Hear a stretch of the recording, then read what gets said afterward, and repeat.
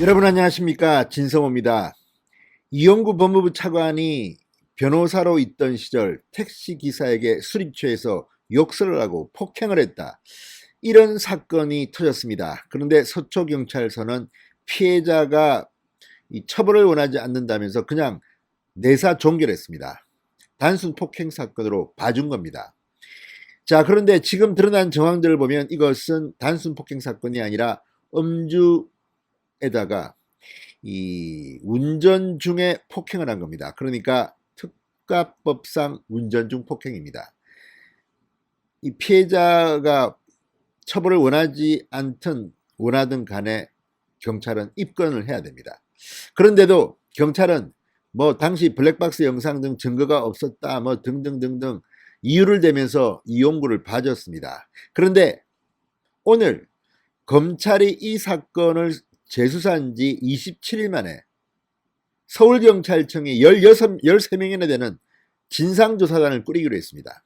그리고 어젯밤 TV조선이 보도한 블랙박스 영상을 경찰이 묵살했다, 은폐하려 했다는 이 의혹 보도에 대해서 일부 사실로 확인되었다고 시인을 했습니다. 자, 이제 이용구 폭행 사건은 단순히 이용구 법무부 차관이 택시기사를 폭행했는데 이것이 처벌을 안 받았다 문제가 아니라 서초경찰서, 그러니까 경찰이 이 사건을 권력형 사건을 은폐했다는 의혹으로 변질되고 있습니다. 자, 경찰의 은폐 의혹 사건입니다. 과거 박종철 지사 고문치사 사건이 생각납니다. 자, 그 과정에서 가장 상처를 입은 사람은 누굴까요? 문재인 대통령입니다. 추미애 장관입니다. 자, 문재인 대통령이 이용구 차관을 임명한 것은 언제입니까? 바로 윤석열 검찰총장을 쳐내기 위해서 임명한 겁니다. 자, 추미애 법무부 장관이 윤석열 총장을 찍어내기 위해서 검사징계위원회를 소집하자 당연직 위원으로서 이 징계위원장 직무대행을 맡을 것으로 예견됐던 고기영 당시 법무부 차관이 사표를 던져버렸습니다. 이 징계위원회를 막기 위해서 그렇게 한 것으로 보입니다. 그러자 문재인 대통령은 빨리 징계위원회를 열어야 한다, 이런 생각 때문인지는 모르지만 바로 하루 만에 이용구 차관을 임명했습니다. 전광석화 같이. 자, 그 과정에서 청와대 민정실은 뭘 했는지 모르겠습니다. 이용구 차관에 대해서는 지금 의혹이 막 터지고 있습니다. 김학의 불법 출국 금지 의혹 사건에서도 이름이 등장하고 뭐 여러 개 등장합니다. 그런데 문제는 이런 것과 관계없이 문재인 대통령은 뭔가 쫓겨서 추미애 장관이 원해서 추미애 장관은 빨리 고기영 차관 후임을 찾아야만이 윤석열 검찰총장 징계 절차에 돌입할 수 있습니다. 자, 문재인과 추미애의 무리수, 과욕이 빚은 게 이용구 차관의 임명이었던 것 같습니다. 이용구는 이미 문재인 정권에서 중용됐던 인물입니다. 법무부 법무실장을 박상기 장관 아래에서 했고 그 당시에 김학의 불법 출금 금지에 상당히 개입된 의혹이 나오고 있습니다. 뿐만 아니라 윤석열을 찍어내는 과정에서 징계위원으로 참여합니다. 자, 이 이용구 민변 출신입니다. 이 이용구를 법무부 차관에 쫓기듯이 임명한 문재인과 추미애의 과가 지금 드러나고 있는 겁니다. 지금 이 사건은 단순히 이용구가 택시기사를 폭행했다는 게 아니라 경찰이 권력의 눈치를 보고 사건을 덮어버리려 했다, 은폐하려 했다는 의혹으로 지금 번지고 있습니다. 그걸 해낸 게 바로 윤석열 총장의 서울중앙지검입니다. 이성윤 중앙지검장 당시 뭐 휴가도 가고 이게 이 검찰이 직접 수하는데 호의적이지 않았던 것으로 보입니다. 그러나 서울중앙지검 지금 이성윤 지검장 권위가 상실됐습니다. 서울중앙지검이 과학적 수사를 통해서 블랙박스 영상이 있다, 그리고 블랙박스 업체 관계자와 경찰이 통한 내용, 이런 것들을 수사하기 시작하면서 이 경찰을 압박한 겁니다. 그리고 결정적으로 TV조선이 어젯밤 엄청난 특종을 했습니다.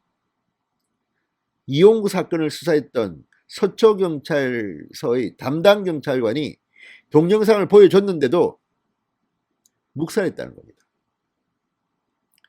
자, 이 사건 내용 서울경찰청도 확인하고 바로 진상조사단을 구성했습니다. 13명이나 됩니다. 엄청납니다. 자, 지금 경찰은 이 사건을 아주 독하게 조사해야 될 겁니다. 그렇지 않으면 경찰의 명예는 물론 가뜩이나 검경수사권 조정안으로 힘이 커졌는데, 아, 이제 보니까 경찰은 권력의 신여였구나, 이용구 봐주려고 저런 짓까지 했구나, 이렇게 되면 큰일 납니다. 이걸 해낸 게 윤석열 총장의 검찰입니다.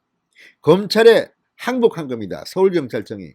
야, 이거 검찰이 더 수사해서 더 많은 게 튀어나오면 우리 이제 큰일 나겠다. 자, 경찰은 지금까지 문재인 정권 눈치를 너무 봐왔다는 비판을 받아왔습니다. 드루킹 사건 때도 그랬고, 박원순 사건 때도 그랬고, 늘 권력 눈치를 봐서 제대로 된 결과를 내지 못했다는 비판을 받아왔습니다. 이용구는 거기에 활용점정을 한 겁니다.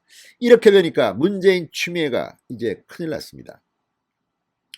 자, 이런 가운데 이용구 차관이 긴급히 입장문을 냈습니다. 서울경찰청의 진상조사단이 꾸리고 언론들의 보도가 빗발치자, 특히 조선일보의 보도가 아주 압권이었습니다. 이용구 차관이 이 동영상 삭제를 원했다는 겁니다. 자, 어쨌든 지금 이용구 차관 완전히 코너에 몰렸습니다만, 지금 이용구 차관은 개인 문제가 아닙니다. 이거는 지금 문재인 정권의 문제로 비화되고 있습니다. 문재인 정권을 경찰이 눈치를 보면서 봐줬다는 의혹입니다. 자, 지금 이 사건이 터지자 이용구가 변호인을 통해서 긴급히 밝힌 입장문, 완전히 겁에 먹은 것 같습니다. 진성호의 융단 폭격 시작합니다. 이용구 법무부 차관을 융단 폭격합니다. 방송에 앞서 아직 진성호 방송의 구독자가 아니신 분들은 붉은색 구독 버튼 눌러주십시오. 더 좋은 방송으로 보답하겠습니다.